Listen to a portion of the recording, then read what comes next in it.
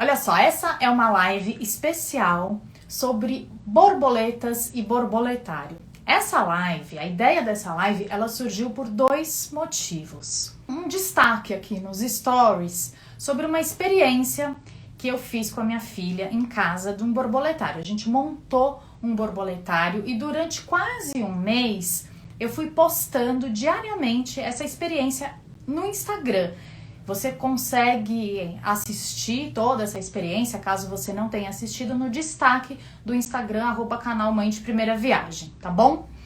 Muito bem, e surgiu também, aí eu fiquei curiosa, né, por conta das borboletas, e quis saber um pouco mais, mas a ideia da live mesmo, ela aconteceu quando uma menina entrou em contato comigo, ela viu aí as minhas postagens, né, sobre esse borboletário, e ela entrou em contato comigo, a Vivi, dizendo que achou um absurdo essa minha intervenção na natureza, que eu poderia ter prejudicado o desenvolvimento dessas lagartas, que propagar esse tipo de informação ia ser muito perigoso, porque nem todo mundo ia ter o mesmo cuidado que eu tive, né, com as lagartas, com a natureza e tudo mais.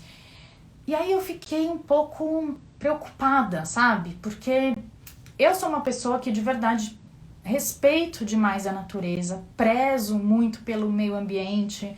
Há muitos e muitos anos eu tomo várias atitudes, mudanças mesmo na minha vida, né?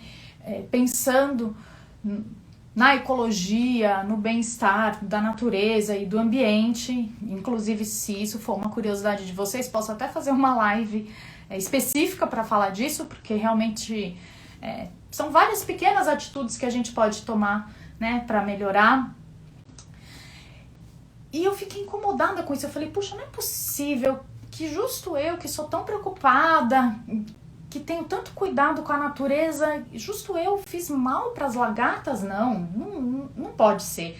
E aquilo me incomodou e eu comecei a pesquisar e achei na internet uma moça que é especialista em borboletas. Eu falei, então vou marcar uma live com ela e vou tirar essa história a limpo para saber de fato se eu fiz mal ou não para essas lagartas. E é com ela que eu vou conversar agora, a Júnia Carreira. Ela é bióloga e mestra e doutoranda pela Unicamp. Oi, Júnia! Oi, oi, tudo Tudo bom? bem? Prazer te conhecer. Prazer é meu também te conhecer. Vocês estão me ouvindo bem, Eu tô né? te ouvindo muito bem. Olha, eu sei que além Ótimo. do pessoal poder te acompanhar no seu Instagram, você também contribui num outro Instagram que é do laboratório da Unicamp, né? Isso. As universidades elas são divididas em diferentes laboratórios e o meu em específico a gente estuda borboletas, diversos aspectos de borboletas. E a produção científica que a gente tem, os registros que a gente faz na natureza, a gente está colocando tudo no Facebook, no Instagram e no Twitter. Então, quem tiver curiosidade de conhecer mais, acompanhar o que a gente faz, como que a gente estuda borboletas, pode acompanhar a gente no Labor_Unicamp, Labor com dois Bs. Ah, tudo bom. Me conta como que surgiu o seu Perfeito. amor pelas borboletas? Então, quando eu entrei na faculdade, eu queria estudar baleia e golfinho, né? Meu orientador até hoje, ele me enche um pouco o saco por isso, que eu queria estudar baleia e golfinho. Mas aí eu entrei mais em contato com ele enquanto eu estava na graduação. Ele me permitiu acompanhar um aluno de mestrado dele, na época estava iniciando os trabalhos de campo para fazer o trabalho dele, e aí eu me encantei. Me encantei pelo tanto de borboleta diferente que eu vi, me encantei pelas cores, e nessa época eu também estava trabalhando no museu, né, tipo, acompanhando o trabalho das borboletas no museu, e aí às vezes quando a gente monta, deixa elas certinhas assim para colocar na coleção, você olha por cima, ela tem uma cor, por baixo ela é uma cor totalmente diferente, eu ficava tipo, gente, olha isso, a coisa mais linda. E aí, esse meu orientador, o André Freitas, ele me deu a oportunidade de ficar no laboratório dele, né, durante o finalzinho da minha graduação, e aí já estava encantada, resolvi fazer o mestrado, fiquei mais encantada ainda, continuei com o doutorado e cá estamos. Ah, que bom. Borboleta realmente é um bichinho que alegra, né? A gente olha, não tem não É, olhar para uma borboleta e não abrir um sorriso e não falar, ah, é uma borboleta, né? É um animal que realmente traz alegria, né? isso, concordo. E especialmente para as crianças, né? A minha filha ela é alucinada por borboletas e de tanto eu ver a forma como ela trata as borboletas, o jeito que ela tem com borboletas, porque nos nossos passeios na natureza, toda vez que ela encontra borboleta, em especial em cachoeira, porque cachoeira sempre tem muita borboleta. Sempre tem. Ela, Sempre tem. ao contrário de, às vezes, outras crianças que chegam perto das borboletas e as borboletas voam, ela chega perto e ela consegue pegar e as borboletas ficam nela. Então, sempre rolou um encanto da minha filha com as borboletas. Aqui no meu prédio tem lagartas. E a gente resolveu pedir para o nosso zelador. Quando ele visse as lagartas, eu falei, vou fazer um borboletário. E foi essa experiência que eu cheguei a fazer e compartilhei no Instagram. Antes de mais nada, antes de falar da experiência, Júnia, me diz, eu judiei dessas lagartas? Eu fiz mal para essas lagartas? Não, eu não acho que você tenha feito mal. Algumas coisas precisavam ser corrigidas para elas ficarem, tipo, perfeitamente lá no poste e tudo mais, tal. Mas eu não acho que seja errado você, né, pegar uma lagartinha e tudo mais, desde que montando um bom espaço para ela sobreviver, para ela comer direitinho, ainda mais com crianças, né, que adoram e elas se sensibilizam muito em olhar as borboletas, ver todo o desenvolvimento, acompanhar desde a lagartinha, ver comendo. Eu vi a reação da Liz quando ela estava formando o casulinho. Tipo, é lindo de ver, sabe? É uma coisa muito fofa. Então, a gente tem que aproveitar esse encanto das crianças, eu acho, né?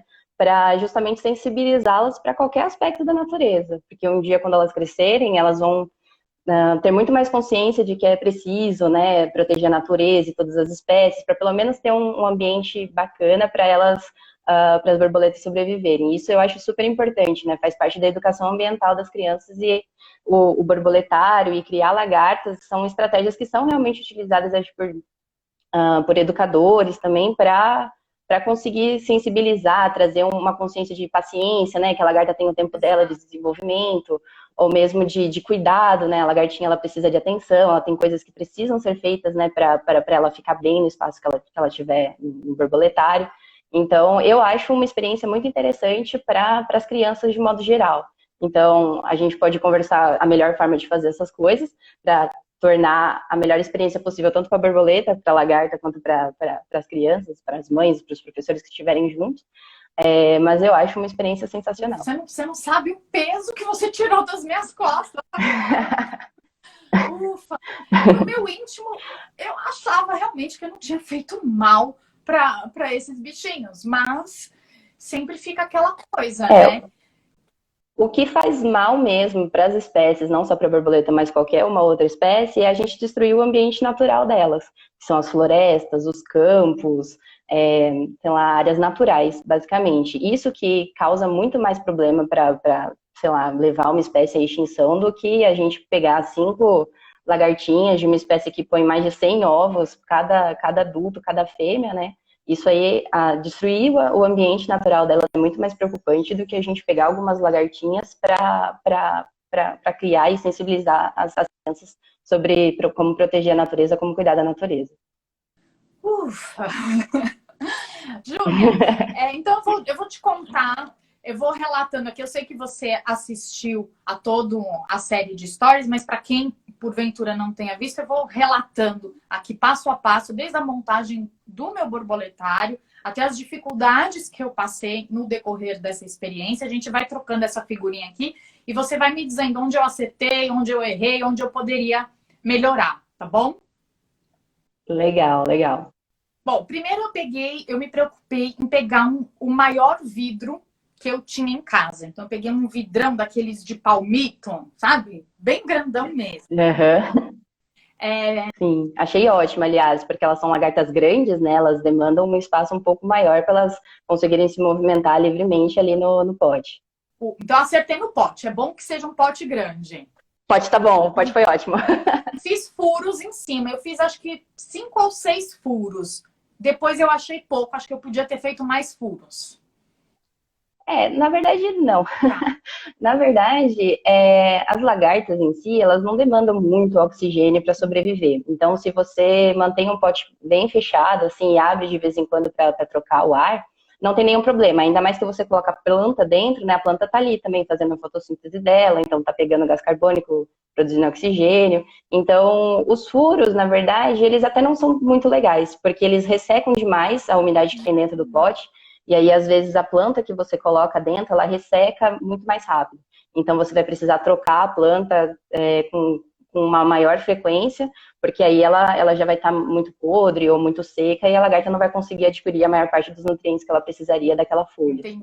Então, o ideal, sendo um pote bem grande, assim, você abrindo de vez em quando, o ideal é que não precisa mesmo de furo em cima. A gente acha que precisa para poder trocar, ventilar, tudo mais, mas de fato não precisa muito, ainda mais com a planta dentro, né, que está ali fazendo a fotossíntese e oferecendo mais oxigênio para o animal que estiver dentro, realmente não é necessário. Também não é ruim se tiver, é só que vai ter que precisar talvez de uma manutenção um pouco mais constante. Entendi. Mas aí a gente entra em dois probleminhas que aconteceram com o meu pote. Primeiro, quando eu comecei a experiência, estava muito calor. Então o pote ficou suado, sabe? Ele fica com bastante umidade mesmo, né? Isso não prejudica ter ficado essa estufa lá dentro? Você tava ainda mais com os furos dentro, né? Eu acho que até que dava para ventilar. As lagartas, eu acredito que elas tolerem uma amplitude, assim, de variação de temperatura, temperaturas bastante altas, principalmente no verão. Essas espécies de lagarta que você conseguiu coletar, que chama Brassolis, elas vivem ao longo do verão. Elas conseguem também viver o inverno na fase de lagarta, mas elas terminam o desenvolvimento delas no verão, viram borboletas, e algumas ainda conseguem passar por esse ciclo novamente durante todo o verão, que, né, vamos dizer, verão é agora de outubro, desde a primavera até o comecinho do outono. Então, estar suado dentro faz parte também, porque a planta está respirando, ela está mandando água, né, durante o processo de fotossíntese, ela também libera um pouco de água e fica ali aquela respiração. Não é tão ruim. O duro de ficar muito suado dentro é que pode começar a proliferação de fungos. E isso também não é interessante para a lagarta. Então, se você vê que está muito suado, se você está preocupado, você pode tentar passar um pano, um papelzinho, assim, para tirar um pouco do excesso da umidade. Então, não é a pior coisa que pode acontecer dentro do pote, mas se tiver muito suado, é só passar um paninho. Aí, o que aconteceu? Com o pote suado, eu fiquei desesperada, não entendia nada. Falei, vou abrir um pouco a tampa para dar uma ventilada. Só que a lagarta, eu percebia, não sabia disso, ela faz uns fiozinhos lá, como se fosse uma teiazinha de aranha. E ela fez. As lagartas, na verdade, elas só andam por cima desses fiozinhos, dessa seda que ela produz. Então, se você repara nos seus vídeos, elas estão sempre fazendo assim com a cabeça, sabe? É porque elas estão grudando a teiazinha para ela andar por cima do próprio tapete, sabe? É diva. Ela anda por cima do próprio tapete de seda. É isso. Que fofa, não sabia disso. Mas eu tinha notado essa teiazinha. E ela fez essa teiazinha na tampa. E aí eu percebia que quando eu abria a tampa, ficava aquela teiazinha. Aí eu fiquei mais preocupada ainda, porque eu falei, meu Deus, estou destruindo a teiazinha dela. Então eu ficava, abro a tampa, não abro a tampa. Tá suado, não tá suado. Até que chegou um ponto que 2 lagartas tinham feito casulo. Uma, eu achei que ia fazer casulo e ela morreu penduradinha. E outras não conseguiu terminar, é verdade. Estavam lá, eu achando que estavam com fome, a folha já tinha apodrecido nisso, eu não sabia como trocar a folha sem interferir na teia, sem interferir no casulo. Rolou um desespero. Eu abri a tampa e libertei. Eu vi. Aí, nesse caso, eu tenho 2 coisas para comentar. Primeiro, que a planta que você colocou, na verdade, não era a melhor para ela. Né, que as lagartas existem, no Brasil, pelo menos, existe mais de 3.000 lagartas. E espécies de borboletas, na verdade, né? E aí, cada espécie de borboleta tem o seu alimento próprio, que ela evoluiu para se alimentar um tipo de planta. Então, no caso das Brassolis, que foi as que você criou, elas se alimentam de folha de palmeira, que provavelmente deve ter aí no prédio de vocês, e por isso que vocês encontram bastante dessas lagartas. A lagarta a borboleta espécie, né, que come couve, na verdade é essa branquinha aqui, assim, ó. Consegue ver? Ela é um pouco diferente, até nem é muito próxima, assim, né, evolutivamente das Brassolis que você criou. Então, Eu lembro que uma das lagartas até tentou se alimentar, não é? Da couve, estava comendo, mas ela provavelmente não conseguiu lidar com aquele tipo de planta. Cada planta tem sua defesa, seus compostos químicos, e aí as lagartas estão preparadas ou não para lidar com esses compostos, né? Então, cada lagarta come uma Então, no coisa. caso, Cada tipo de cada lagarta come uma coisa. Isso, às vezes um único tipo de lagarta pode comer uma variedade de plantas diferentes, mas se ela começar a se alimentar em uma planta específica, ela dificilmente vai trocar para uma outra. E algumas lagartas, elas são super específicas, elas só vão comer aquele tipo de planta tipo, para sempre, assim, sabe? Se não tiver aquela planta, ela não vai comer e ela pode morrer de fome. Que é uma coisa que acontece faz parte da evolução dela, Então, tá? morreu de Então, fome, Júnia? Essa não necessariamente. Aí tem várias coisas que podem interferir no desenvolvimento de uma lagarta, né? Pode ser por fungo, pode ser predador que pode comer. Dentro do pote pode ser simplesmente que ela não tem condição de continuar. Simplesmente elas morrem, a gente não sabe por quê. Às vezes pode ser por fungo, às vezes ela já estava parasitada, né? Que existem alguns insetos que eles colocam tipo, as lagartinhas dele, né, as larvas dele dentro de uma lagarta de borboleta, por exemplo, e esse bichinho ele fica comendo lá por dentro, a gente nem sabe que está parasitado ou não, a gente só vai descobrir depois, quando a gente vê que a lagarta morreu e de repente tem alguma vespinha, alguma mosquinha dentro do pote que estava fechado e não tinha como ter entrado, sabe? Então existem vários fatores que podem influenciar no desenvolvimento, para completar, né, o desenvolvimento, na verdade, de uma lagarta.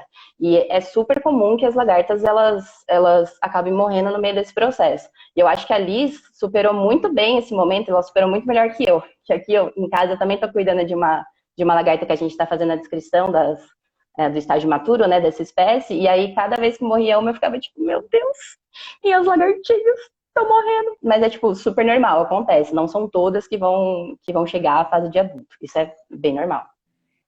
Então, no pote de vocês, por exemplo, no borboletário, o ideal é que vocês colocassem folhas de palmeiras mesmo para elas conseguirem se alimentar. Pelo tamanho das lagartas, elas já pareciam estar nos últimos estágios dela, na última fase de desenvolvimento dela, que é quando ela já vai se preparar para empupar, né, para virar o casulinho.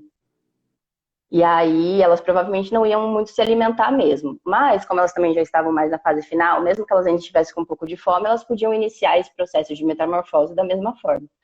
Isso aí depende de cada lagartinha. Entendi. Então, o ideal, quando a pessoa recolhe a lagarta para fazer o borboletário, seria recolher, então, as folhas que encontra ali perto da lagarta, né? Porque provavelmente. Na verdade, a segurança maior é você pegar uma lagarta que você vê ela comendo uma determinada planta na hora que você está coletando ela, que aí você vai ter certeza que ela vai estar coletando. Porque as lagartas, elas também se movimentam, né? Se elas não estão satisfeitas com uma planta ou se elas acabaram com todas as folhas de uma planta, elas vão começar a caminhar em direção a um próximo alimento. E às vezes você vê uma lagarta caminhando, mas ela não necessariamente caminhando assim em cima de uma planta, mas ela não necessariamente está comendo, você não pode ter certeza que ela está comendo aquela planta mesmo. Então você vai pegar a lagarta com aquela planta e ela não vai comer, se não for a planta dela de fato. Tem que ficar de olho. Então o ideal é que você olha e espera. Vê a lagarta, presta atenção se ela está comendo, presta atenção se a folha, por exemplo, que ela está em cima, se ela está mordida. Se ela está mordida, é um sinal de que talvez ela esteja se alimentando daquela folha. E aí também tentar procurar informações, né? Então muita gente coleta umas espécies que são bastante conhecidas, e aí às vezes você encontra na internet pessoas falando, essa espécie de borboleta se alimenta ou essa espécie de lagarta se alimenta desse tipo de planta. Ah, entendi. Eu achava que toda lagarta comia couve. Aí sai correndo pro. Pois então, não.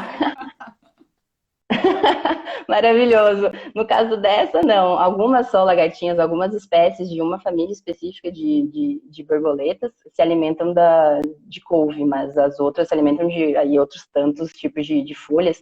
E às vezes não somente das folhas, às vezes elas são especializadas em comer a flor de uma planta. Existem algumas mariposas que se alimentam do fruto, de partes de dentro do caule, na raiz. Aí existe uma variedade de hábitos alimentares dentro de borboletas e também de mariposas. Toda lagarta vira borboleta? O que a gente chama de lagarta é a fase imatura tanto da borboleta quanto da mariposa, né? Então, que é o nome popular de lagarta, a gente geralmente dá para esse estágio mais inicial do desenvolvimento de borboleta e de mariposa. E aí sim, ela tem algumas características de algumas famílias que a gente consegue dizer se vai virar uma borboleta, se vai virar uma mariposa, mas no geral, alguma das duas coisas vai. Você vê aquela lagartinha lá, ou vai virar uma borboleta, ou vai virar uma mariposa. É verdade que as lagartas mais coloridas, elas viram borboletas mais coloridas ou isso não tem nada a ver? Olha, na verdade, eu acho que a regra é bem ao contrário, assim. Se você vê uma lagarta mais simplesinha, meio apagadinha, assim, meio sem nenhuma estrutura no corpinho dela, geralmente é uma borboleta. E aí, aquelas que tem bastante espinho, pelo, tudo mais, é mariposa. Mas isso é uma brincadeira, porque na verdade não existe uma característica das lagartas que seja específico de borboleta e uma característica das lagartas que seja específico para mariposa. O que a gente tem é que alguns grupos de espécies, eles têm umas características muito similares dentro para as lagartas, né, daquelas espécies que são mais relacionadas entre elas. Então, por exemplo, tem um grupo de lagartas que é bastante problemático, né, porque elas são bastante urticantes, tem um veneninho que pode causar queimação pra gente, né, assim, e pode até causar alguma coisa mais séria, que é uma família de mariposa chamada Saturnidae, que elas têm como se fossem uns espinhos em formato de pinheirinho no corpo delas inteiro. São cobertíssimas, assim, por todos esses espinhos. A lagarta é super linda, super maravilhosa, mas ela é urticante, né? Ela pode causar alguma queimação se você passa a mão de um jeito que ela se sinta ameaçada. E aí ela vai virar um tipo de mariposa, que também é super bonito, nossa, maravilhoso. Aí tem algumas, por exemplo, não sei se vocês já viram aquelas Mad Palmas, que elas andam assim. Uhum. Ela tem as perninhas só na frente do corpo e só no finalzinho. Então ela joga o corpo para frente, recolhe o corpinho e joga o corpo para frente assim que ela se movimenta. Esse é um grupo, uma família de mariposas também, que é chamada Geométride, que é bem característico. Esse tipo de lagartinha é basicamente só dentro de Geométride que a gente encontra. Então, não tem coisas muito específicas que a gente possa falar o que é borboleta, o que é mariposa, mas algumas características dentro de alguns grupos de mariposa e dentro de alguns grupos de borboleta, a gente vai poder falar. Ah, isso daqui vai virar uma borboleta, isso daqui vai virar uma mariposa. Você comentou uma coisa interessante. Você falou, se a gente encostar, né, nessa lagarta, pode provocar urticária e tal. Qual seria a forma correta da gente recolher essa lagarta sem encostar nela, sem prejudicar ela e ao mesmo tempo se cuidando, se prevenindo para não ter algum. Não causar nada, né? Eu particularmente não gosto muito de encostar nas lagartas, mas mais porque isso causa um incômodo para a espécie também, para a lagartinha. Então, o ideal é que você, se ela tá já presa numa folha, você pegue a folha pelo cabinho da folha, ou tipo, utilize o meio onde ela tá para conseguir levá-la de um lado para o outro, seja para um borboletário, seja para tirar ela do meio da rua, alguma coisa Isso assim. que eu E aí, se ela estiver andando sentada. né? Isso, ou um galinho, qualquer coisa, mas colocar ela num lugar onde ela vai se sentir mais confortável para ficar caminhando, assim. O ideal é não tocar, não somente por essa questão de talvez causar alguma queimação, alguma queimadura, mas também para não incomodar a lagarta mesmo. Agora, eu queria que você me contasse um pouco assim da evolução, né, da lagarta. Então, quanto tempo de vida, sei lá, quanto da fase dela ela é lagarta, quanto da vida dela ela é borboleta, qual o tempo de vida total? Me fala um pouquinho da evolução. Vamos lembrar então que o desenvolvimento de uma lagarta, então é sempre o ovinho, do ovinho sai uma lagarta, e a lagarta come, come, come, ela faz aquelas trocas que é bem característico de insetos, né, que eles tipo, trocam de pele, assim, isso acontece pelo menos aí 5 vezes, dependendo da espécie, às vezes mais. Aí ela vira aquela pupa, né, ou crisálida, que as pessoas geralmente chamam de casulo, mas na verdade o que é o casulo de verdade é uma proteção que algumas mariposas, e somente mariposas, fazem para proteger a pupa ou a crisálida, né? Então, quando ela forma aquele casulinho, na verdade ela está formando uma pupa. E o casulo é só se ela tiver alguma proteção ao redor. Mas enfim, depois que ela é lagarta e ela entra, né, na pupa, ela tem o tempo dela e aí ela sai em forma de borboleta e vai reproduzir, vai criar, botar novos ovinhos nas plantas e aí o ciclo começa todo de novo. O tempo de desenvolvimento,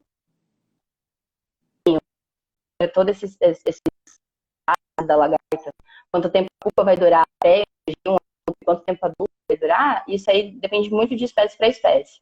Tem algumas que o ciclo de vida é super rápido, que desde o ovo até o adulto, né, sair a borboleta do casulo, da pupa, no caso, pode durar aí um mês, isso é bastante rápido para essas espécies, mas tem algumas, por exemplo, que são muito grandes e talvez as pessoas conheçam, que são as que têm formato de olho de coruja nas asas.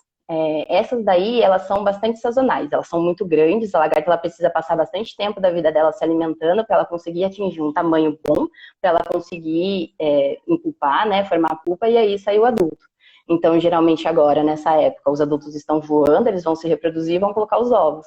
E aí, a lagarta vai viver um ano inteiro, ou a fase de ovo, né, a lagarta e a pupa vai viver o ano inteiro, para daí no ano seguinte, o adulto sair como uma borboleta, ou às vezes como uma mariposa, né, e aí se acasalar e recomeçar o ciclo.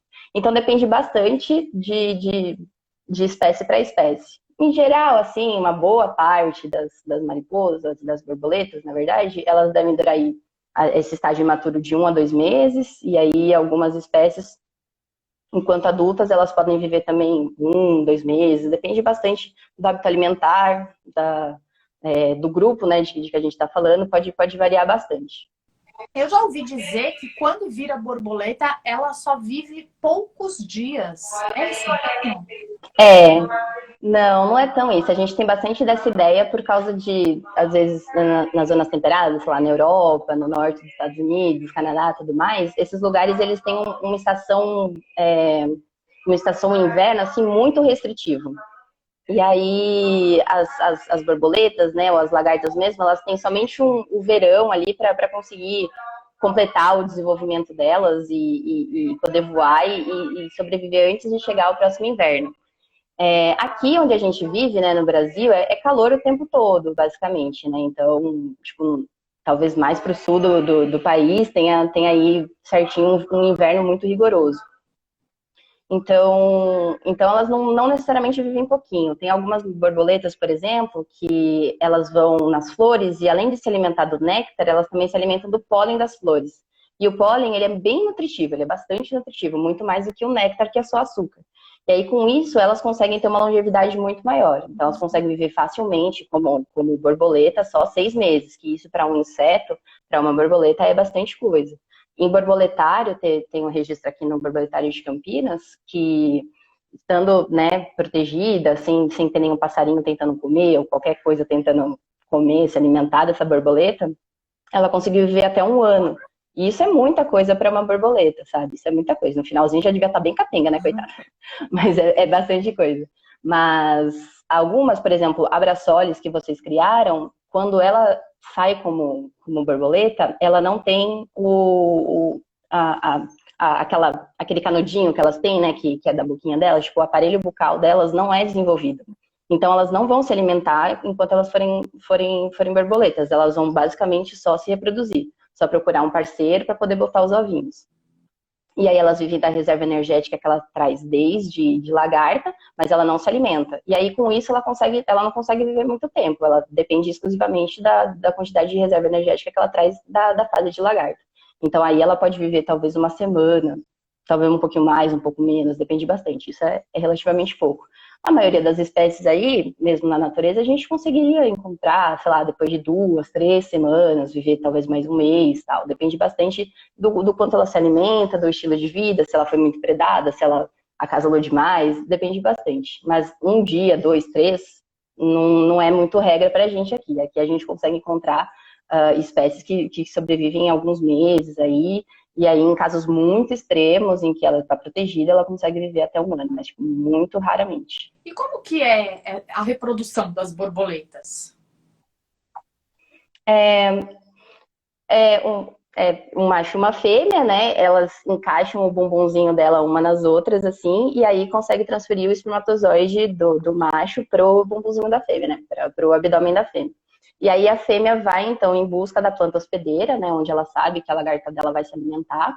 E aí coloca ovos. Pode ser um ovo por planta, um ovo por folha, pode ser até 130 ovos na mesma folha, e depende bastante da estratégia de vida de cada espécie. Eu acho, espero ter respondido sua pergunta. Por exemplo, as borboletas que nasceram aqui, existe alguma característica nela que eu consigo olhar para ela e falar, ah, essa é uma borboleta macho, essa é uma borboleta fêmea? Ou não dá para saber a olho nu?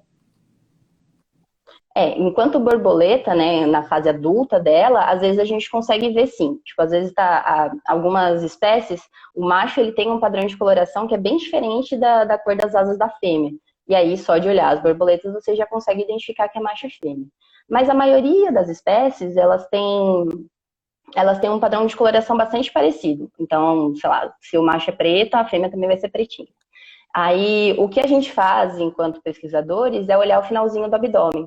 No final do abdômen, o macho tem estruturas ali que são bem diferentes das fêmeas. Então, o macho, quando eles se acasalam, ele tem duas alavanquinhas, pelo menos duas válvulas, que a gente chama, que serve para segurar a fêmea durante a cópula, para poder fazer direitinho a transferência do espermatozoide. Então, quando a gente olha o abdômen, a gente consegue ver essas válvulas certinhas e consegue falar que é um macho. E o aparelho da fêmea, né, o aparelho reprodutivo assim, da fêmea, também é bastante característico. Ele não tem essas duas válvulas e tem lá as estruturas dela de fêmea. Então, só olhando o finalzinho do abdômen, quando a gente não tem esse dimorfismo sexual, né, essa diferença de coloração, no adulto a gente consegue identificar o que é fêmea e o que é macho. Nas lagartas, a gente já não consegue ver isso tão bem. As estruturas, elas não estão desenvolvidas, né, as partes produtivas da lagarta não estão reprodutivas, elas são só um amontoadinho de células dentro da lagarta ali.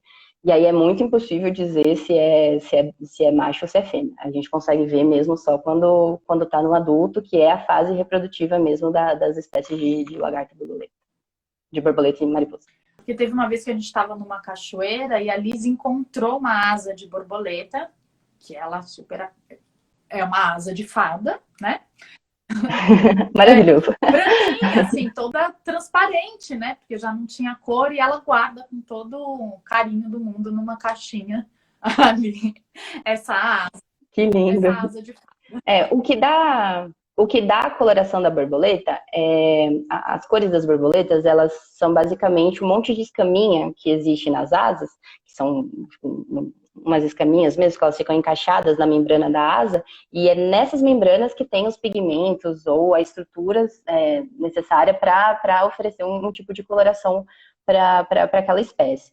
Então, se a gente passa dele e sai aquele pozinho assim, com o tempo a cor também vai sair, porque é aquele pozinho que são as escaminhas que ficam nas asas que dão a coloração mesmo.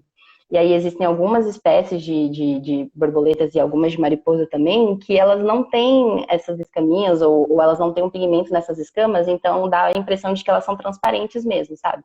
E de fato, às vezes é super difícil de ver na natureza, assim, a gente só vê alguma coisa passando e não consegue identificar.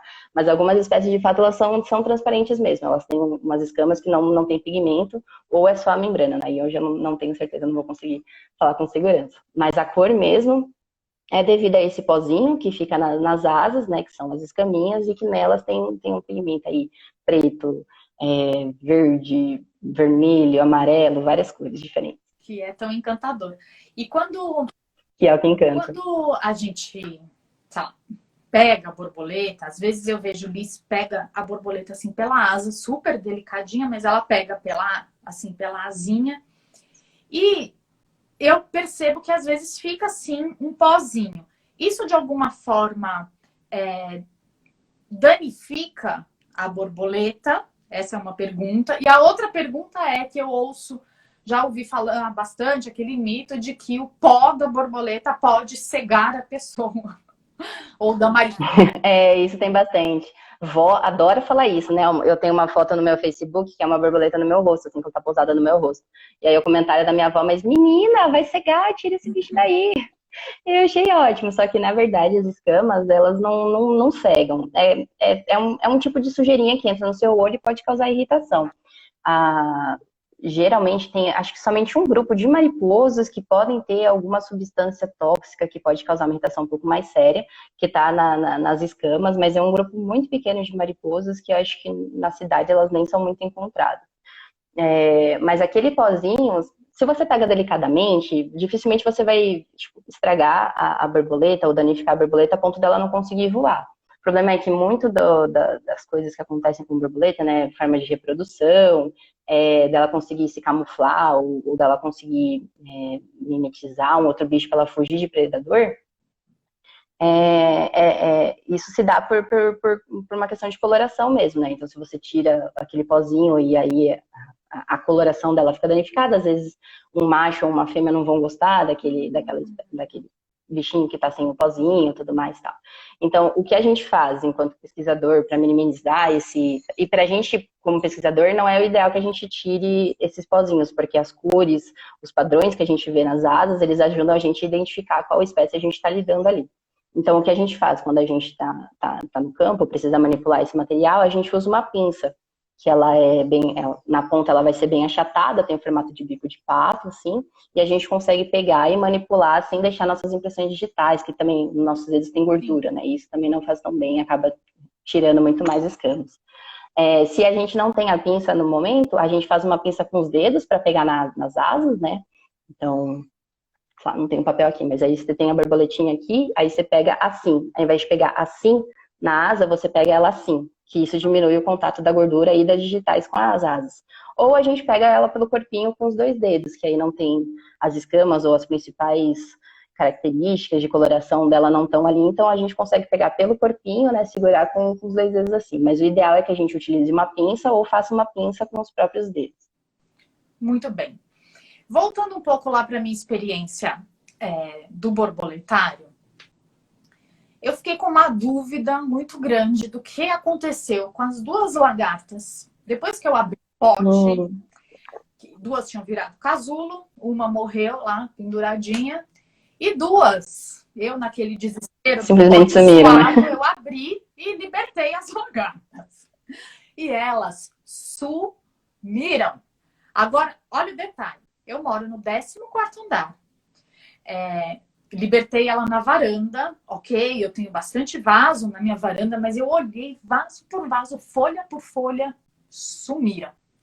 Onde elas foram parar, Júnia? Será que elas caíram aqui em cima do prédio? O que aconteceu com as minhas lagartinhas?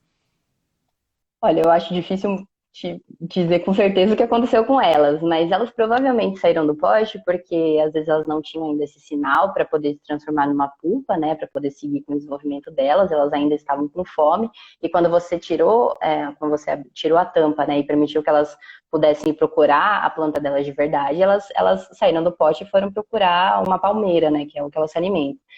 Como elas não conseguiram se alimentar da planta que estava dentro do pote, porque não era o alimento delas de verdade, aí elas dispersaram para poder conseguir procurar alimento, imagino. Mas o que acontece também é que quando a lagarta ela termina o desenvolvimento todo dela de lagarta, ela tem aquela sinalização interna dela tipo, para virar uma pupa, ela não faz isso na planta que ela está se alimentando. Ela geralmente caminha para algum outro lugar para poder formar o casulo. Tanto que você mostrou na parede do prédio de vocês, lá do lado de uma porta, tinha um casulo, né? Essa mesma espécie, uma vez, quando eu estava em campo, que a gente vai para uma base ecológica, a gente estava lá numa base ecológica e estava na época dessas lagartas saírem para impupar. No meu quarto, a gente tinha deixado a janela aberta. Quando eu fui arrumar as coisas para ir embora, tinha uma lagarta que estava empupando na minha mochila, deitada. Geralmente ela se pendura em algum lugar para formar o casulo, né? E aí ela estava lá na minha mochila, toda se preparando para empupar. Eu precisando arrumar as coisas, eu pensando, gente, o que eu vou fazer com esse bicho aqui? Tá se desenvolvendo aqui na minha mochila, gente. Quer ir para casa comigo? O que eu vou fazer? Então é isso, ou ela estava procurando alimento quando elas fugiram do pote, né? Ou elas estavam procurando alimento, ou elas estavam procurando um lugar mais interessante para elas impuparem, para elas formarem a pupa ou a crisálide. E aí elas têm uma estrutura naqueles pés, né? Aquelas perninhas delas, elas têm estruturas que ajudam elas se fixarem. Então elas conseguem subir parede, conseguem subir no vaso, conseguem passar de uma planta para outra, sempre produzindo aquela sedinha, né? Então pode ter caído ou não do prédio, mas a princípio elas têm estruturas nos pezinhos, nas pernas, para conseguir se agarrar em qualquer coisinha, justamente porque elas andam por cima dessa seda que elas produzem e vão pulando no substrato. Pode ter ido para um vizinho. Pode ter ido para o vizinho, pode ser que o vizinho esteja com uma borboleta lavando dentro da casa dele, sem entender de onde que veio. O que mais que a gente pode falar aqui de borboletário? O que mais de dicas que você pode me passar aí para quem quiser reproduzir essa experiência em casa, Júnia? Como a gente estava conversando dos diferentes tipos de lagarta, né? Então prestar muita atenção na lagarta que você tá coletando. Se ela tiver muitas estruturas no corpo, é melhor evitar, porque pode ser que ela cause alguma reação, pode ser que cause algum problema, alguma coisa assim, né? E aí, se possível, conversar com alguém que entenda para ter certeza se a planta que ela está se alimentando, da planta que você coletou, se é a mesma com que ela vai se alimentar. E aí tem um espaço bacana, né? Um pote grande, não necessariamente precisa furar as tampas, mas se quiser também pode, não tem problema. E aí tem a manutenção, né, desse borboletário, vamos chamar de borboletário, porque eu achei ótimo. Borboletário para o pote de criação. As lagartas, elas comem e elas fazem cocô.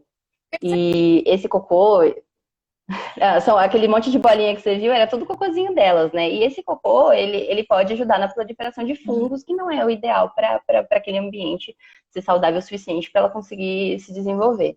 Então, existe aí uma manutenção que tem que ser feita a cada 1, 2 dias, dependendo do quanto de cocô que a lagarta faz, ou do quanto da planta que ela come, né? E se a planta está apodrecendo ou não. Que o ideal é tirar a lagarta dali, tirar o cocô, tirar a planta que estiver apodrecendo, talvez até limpar um pouco o pote, e aí botar a lagarta de volta. E aí, para pegar a lagarta, né, ou tirar da folha onde ela está andando, ou pegar um pauzinho, colocar ela em algum outro canto, cuidado para ela não sair andando e você perder a lagarta, porque isso acontece, já aconteceu no laboratório.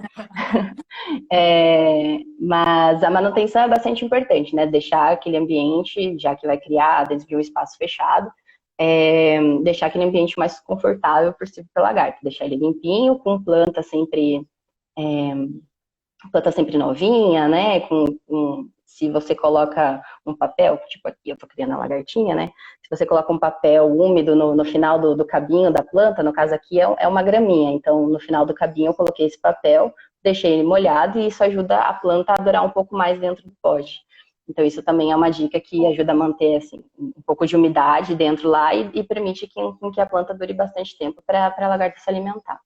E aí, quando ela tiver completado o desenvolvimento dela, permitir que ela voe, né? É meio triste quando os filhos têm que, né, bater asas e voar, assim, tudo mais, mas tem que seguir a vida dela lá fora mesmo, procurar um outro parceiro para poder dar mais lagartinhas, colocar mais ovos e desenvolver mais lagartas e mais borboletas. Esse foi um momento Acho que difícil é aqui, isso. de deixar, de convencer a Alice que a lagarta precisava, que a borboleta precisava. A gente se apega, né? Faz parte, né? É um apego que a gente tem mesmo quando a gente está criando lagarta.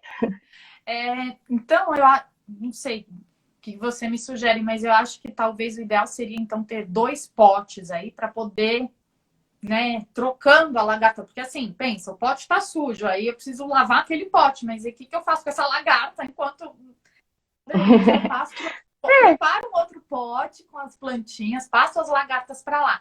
Agora, se ele já tiver criado o casulo, que nem foi o caso, aí não posso mexer, né? Não posso mexer no casulo, né, Júnia? O casulo, ele é uma coisa viva também, sabe? Às vezes, se você mexe nele, ela vai começar a se debater, assim. Tentar manipular o menos possível. Como ela está presa por uma seda, né? Elas usam a mesma seda que elas usam para poder caminhar por cima, elas usam para poder se prender onde elas vão formar o casulinho. E aí, quanto menos você mexer naquilo, melhor. Geralmente elas fazem em algum lugar, tipo parede ou no teto do pote, que isso também é bastante comum, né? Que acho que no caso de vocês tinha uma teiona, assim, né? Bastante seda assim, elas se penduraram ali, né? Geralmente elas fazem em algum lugar, não todas as espécies, mas a maioria elas fazem em algum lugar que elas possam ficar penduradinhas. Então elas vão ficar geralmente na tampa do pote.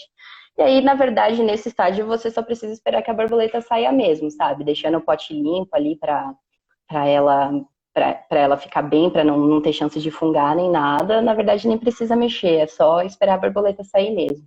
E o ideal é que ele fique pendurado mesmo, porque quando a borboleta sai do casulo, ou a mariposa, as asas delas, elas estão todas molhadas e todas, assim, tipo, murcha, sabe? E com o tempo, quando ela sai, ela fica pendurada no casulinho dela, no que sobra da pupa, na verdade, né?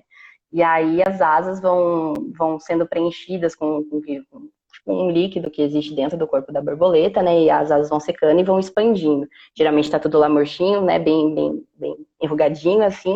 E aí elas ficam penduradas e a asa vai abrindo, né? Expandindo e secando para preparar ela para o voo.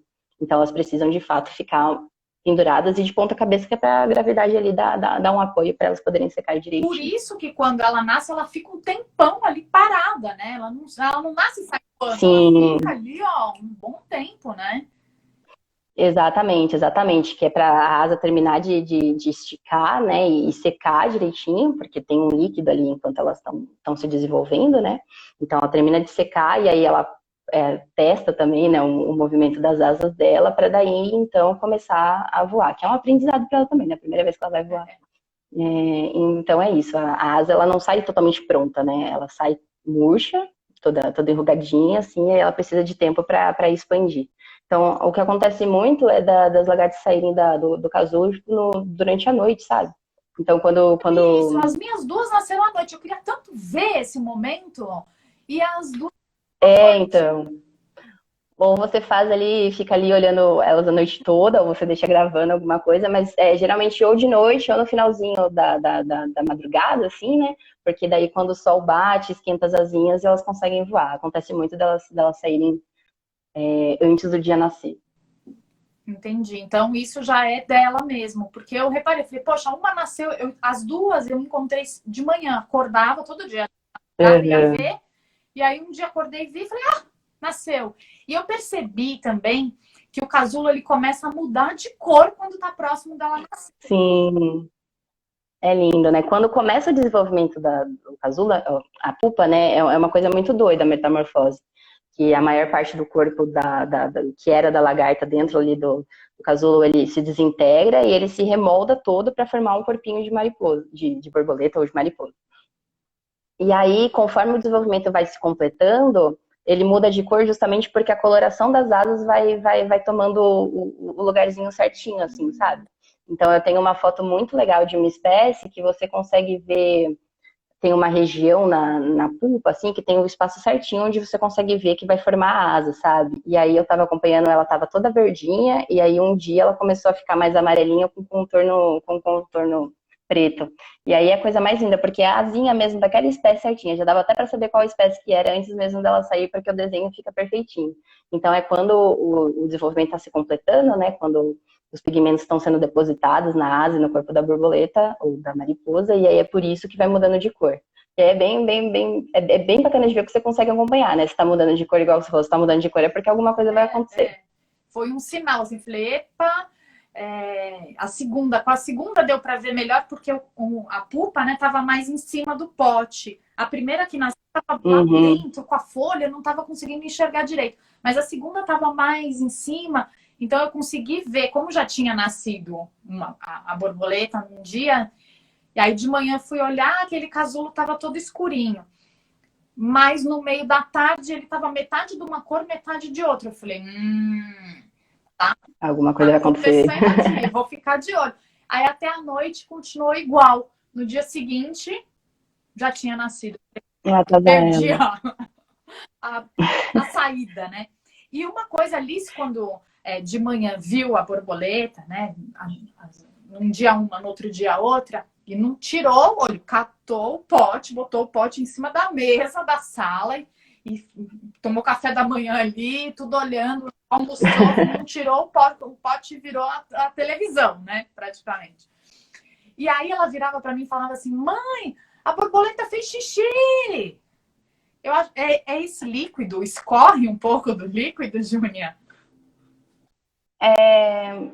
Quando ela recém sai da pupa, tem um líquido que solta mesmo, é normal, que faz parte são subprodutos, assim, do desenvolvimento dela, sabe? São excretas mesmo, como se fosse um xixi mesmo. Mas a borboleta em si, durante a vida dela, ela faz cocô. Na verdade, sai tudo junto, né? Tudo que ela come e ela tem um aparelho bucal que ele é sugador, né? Que é aquele canudinho. Então, ela só se alimenta, basicamente, de coisas líquidas. Então, o que sai é um xixizinho, um cocôzinho mole, alguma coisa assim. Então, muitas vezes, quando elas estão se alimentando, elas já estão fazendo o xixizinho delas, assim, sabe? Então, elas têm todo esse sistema de excretor também, porque elas se alimentam, assim como a gente se alimenta, absorve o que tem que absorver e muita coisa não é absorvida e tem que ser eliminada. Então, para as borboletas e para as mariposas, para os animais em geral, isso acontece também. Então ela vai se alimentar de coisas líquidas, né? Porque ela tem esse aparelho sugador, e aí vai soltar um cocôzinho, assim, uma coisa depois. Quantas lagartas eu posso colocar por pote para fazer esse acompanhamento aí da experiência? Ai, acho que depende um pouco do tamanho do seu pote, mas principalmente do tipo de lagarta. Algumas espécies, as lagartas, durante o desenvolvimento delas, elas vivem todas juntas. Elas têm um hábito gregário, que a gente chama. Então, elas formam tipo, um bolo de lagartas e elas se alimentam juntas, elas se protegem de predador juntos, se protegem de parasita junto. Mas, então, elas precisam desse... Elas têm a necessidade de estar junto com outras lagartas, geralmente irmãs ali, né? Para completar o desenvolvimento. Se você tira uma delas, alguma coisa acontece que às vezes elas acabam morrendo antes de completar o desenvolvimento delas. Algumas lagartas, quando elas estão num pote, assim, elas se sentem estressadas se tiver muitas outras lagartas da mesma espécie, elas podem fazer o que a gente chama de canibalismo, que é começar a comer uma outra lagarta.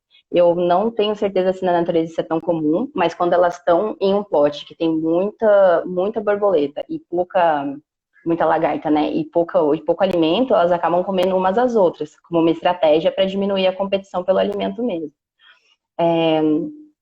Mas aí, se você tem um pote bem grande e tem comida suficiente para as lagartas, aí depende do tamanho da lagarta. Tipo, no caso das braçoles ali, talvez 5 lagartas naquele pote, por maior que ele fosse, talvez fosse um pouco apertado para elas de fato.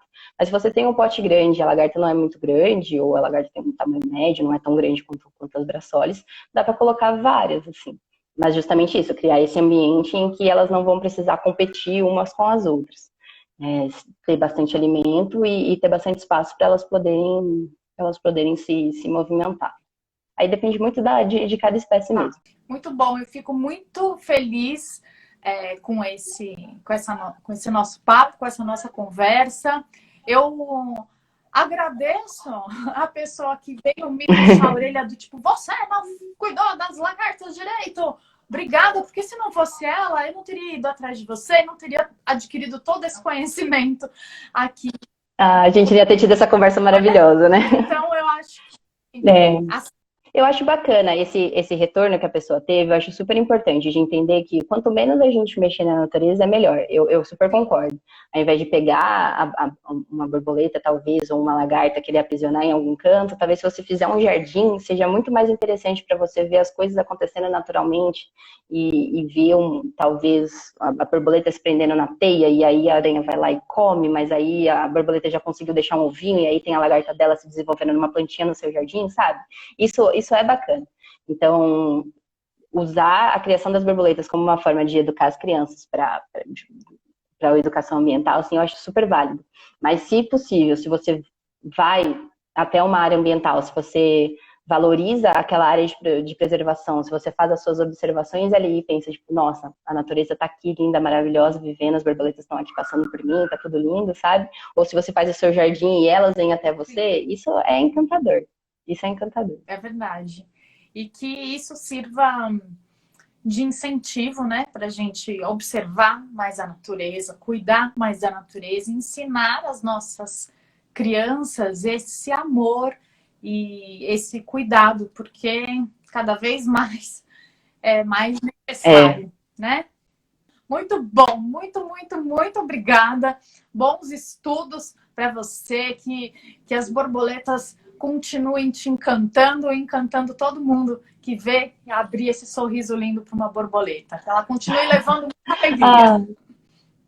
Ai, que lindo. Muito obrigada mesmo. Adorei a conversa. Achei muito bacana. A gente fala sobre borboleta maravilhoso, sabe? Adoro. Não vou mentir. Adoro mesmo. E acho bacana conseguir mostrar esse lado, né? Divulgar um pouco das borboletinhas, mas acho bacana. Muito obrigada pelo incentivo. Aí a gente vai continuar nossas pesquisas aqui, tentando, mesmo nessa época de quarentena meio esquisita, assim, a gente segue na luta por aqui. Então tá certo. Obrigada, adorei o papo, viu? Obrigada.